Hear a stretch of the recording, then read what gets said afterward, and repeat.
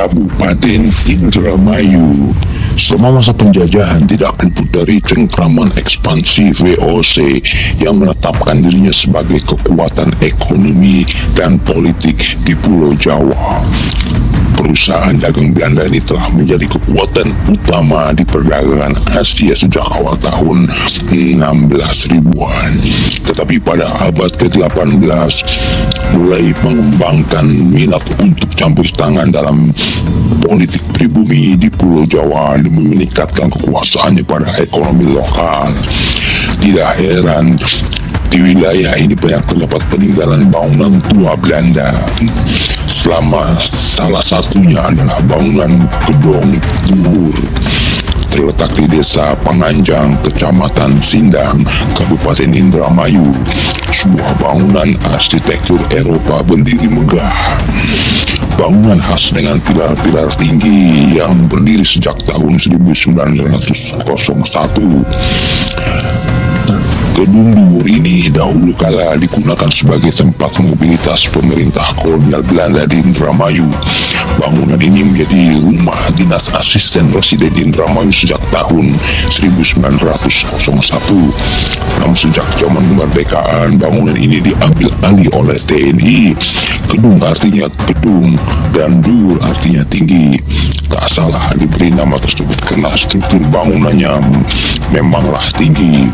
Gedung asisten residen ini menempati lahan seluas 3 hektar.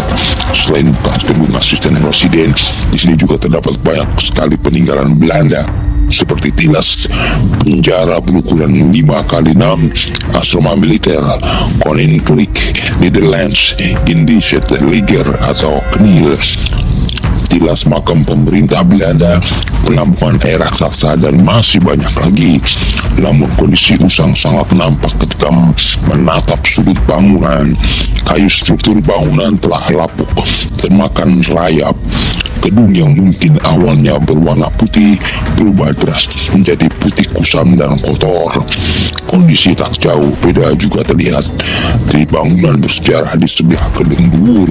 Bangunan yang dahulunya dipakai sebagai asrama tentara saat agresi militer Belanda pertama juga tak terawat.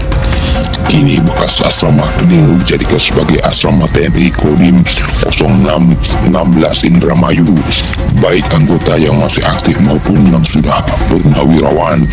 Namun sayang kondisinya cukup memprihatinkan dan terbengkalai juga. Gedung asisten residen Indramayu ini sudah tercatat sebagai cagar budaya nasional.